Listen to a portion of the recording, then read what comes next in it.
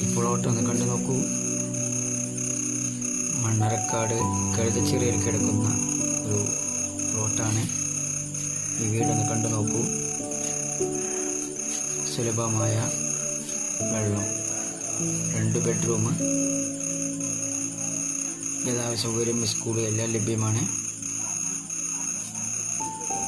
ഈ വീട് ഇഷ്ടപ്പെട്ട് കഴിഞ്ഞാൽ ലൈക്ക് ചെയ്യൂ, കമൻറ്റ് ചെയ്യൂ, ഷെയർ ചെയ്യൂ.